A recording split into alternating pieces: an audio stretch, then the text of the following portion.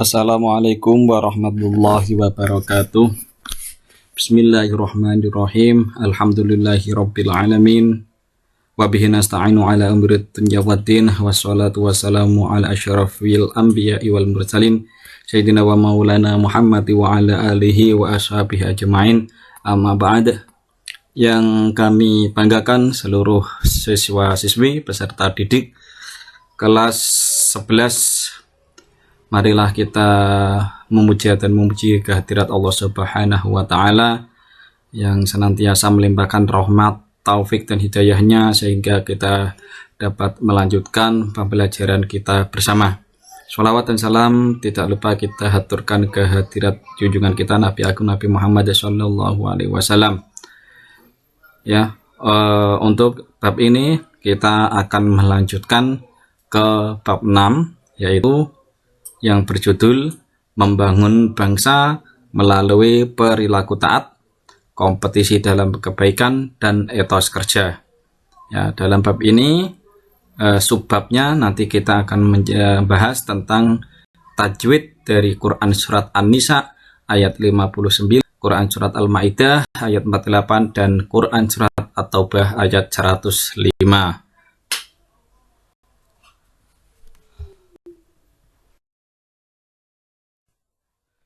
Selanjutnya kita membahas Quran Surat Al-Ma'idah ayat 48, yang diantara ayat ini membahas tentang etos kerja.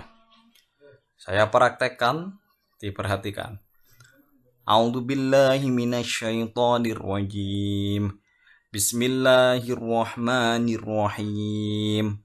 Wa anzalna ilaikal kitaba bil haqqi musaddiqan lima baina yadayhi minal kitabi wa muhaiminan alaihi fahkum bainahum bima anzalallahu wa la tattabi' ahwa'ahum amma ja'aka minal haqq. Likullin ja'alna minkum syir'atan wa minhaja walau sya'allahu laja'alakum ummatan wahidatan walakin liyabluwakum fima atakum fastabiqul khairat ilallahi marji'ukum jami'an fayunabbi'ukum bima kuntum fihi takhtalifun. Shadaqallahul azim. Adapun hukum bacaan atau tajwid yang kita bisa bahas dari Quran Surat Al-Ma'idah ayat 48, diantaranya adalah pada kalimat Likullin ja'alna. Di situ terdapat hukum bacaan ikhfa hakiki, yaitu dengan alasan adanya tanda baca kasrotain atau kasroh tanwain bertemu dengan huruf jim, yang mana tadi sudah kita bahas sedikit definisi tentang ikhfa hakiki. Kemudian pada lafadz minkum syir'ah, ya, di situ idhar syafawi, karena di situ ada mim sukun yang kemudian sebelahnya atau bertemu dengan huruf shin. Ya, yang namanya idhar syafawi yaitu ketika ada mim sukun, mim mati bertemu selain mim dan ba, maka hukumnya adalah idhar syafawi. Kemudian pada lafadz wa minhaja, ja di situ diwakofkan, ya, maka ada bacaan mad iwad.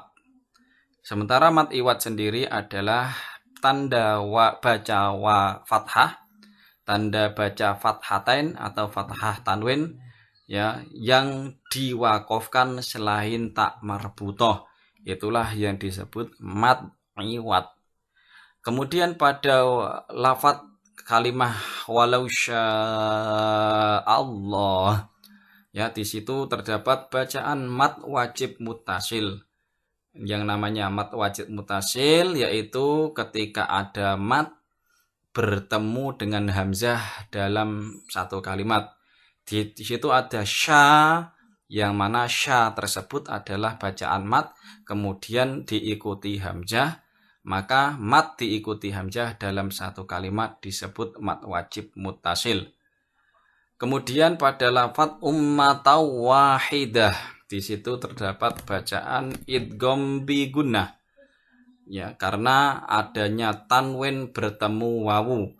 Yang namanya idgham bi gunnah itu adalah ketika ada nun sukun atau tanwin bertemu dengan salah satu huruf 4, yaitu ya, nun, mim, wawu, maka disebut bacaan idgham bi gunnah.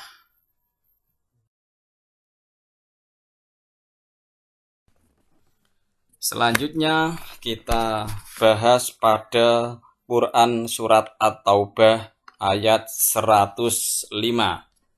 Ya. A'udzu billahi minasyaitonir rajim. Ya, perlu diperhatikan sebelum saya lanjutkan untuk membaca Quran surat At-Taubah di pertengahannya tidak diperkenankan atau hukumnya makruh untuk membaca basmalah. Maka ketika di pertengahan Quran surat At-Taubah mulai dari ayat kedua sampai akhir surat At-Taubah cukuplah kita membaca ta'awud. A'udzu billahi minasyaitonir rajim. Wa qul i'malu fasayarallahu 'amalakum wa rasuluhu wal mu'minuna wa saturadduna ila 'alimil ghaibi wasyahadati fayunabbi'ukum bima kuntum ta'malun. Shadaqallahul 'azim. Adapun hukum tajwid yang kita bisa bahas sebagian dari Quran surat At-Taubah ayat 105 ini adalah pada kalimat fasayarallahu. Di situ terdapat hukum bacaan tafkhim, yang mana terdapat lafdzul jalalah, lafadz Allah yang sebelumnya berupa harokat fathah, maka lam jalalah harus dibaca tafkhim atau tebal. Kemudian pada kalimat wal mu'minuna terdapat bacaan alif lam qamariyah, karena di situ ada alif lam atau al yang setelah al kemudian diikuti huruf qamarih yaitu berupa mim, ya, al mu'minun, ya, wal mu'minun. Itulah yang disebut bacaan alif lam qamariyah atau idhar qamariyah.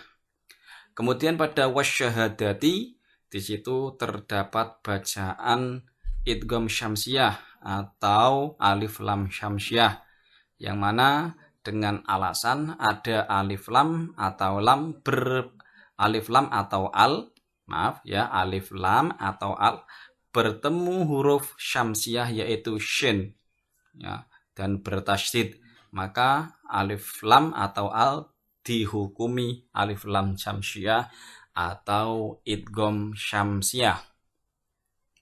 Kemudian pada lafadz fayunabbi'ukum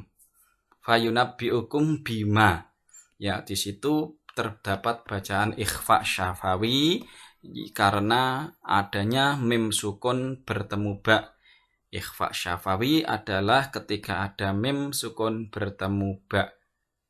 Kemudian pada lafadz atau kalimat ta'malun pada akhir ayat, ya, di situ tersebut bacaan mad arid lisukun.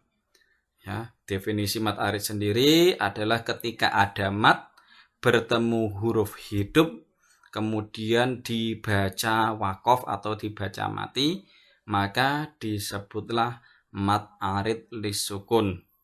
Ya, ada huruf lu kemudian nun, ya, di akhir ayat nunnya dimatikan, ta'maluna, maka itu disebut bacaan mad arid lisukun. Demikian pembahasan tajwid yang berada pada Quran surat An-Nisa ayat 59, kemudian Quran surat Al-Maidah ayat 48, dan kemudian adalah Quran surat At-Taubah ayat 105. Walaupun hanya bisa kita bahas sebagian, semoga memberikan ilmu yang manfaat, barokah untuk kita pribadi dan untuk orang sekitar kita pada umumnya. Demikian, wal afu minkum, wallahu a'lam bishawab. Wassalamualaikum warahmatullahi wabarakatuh.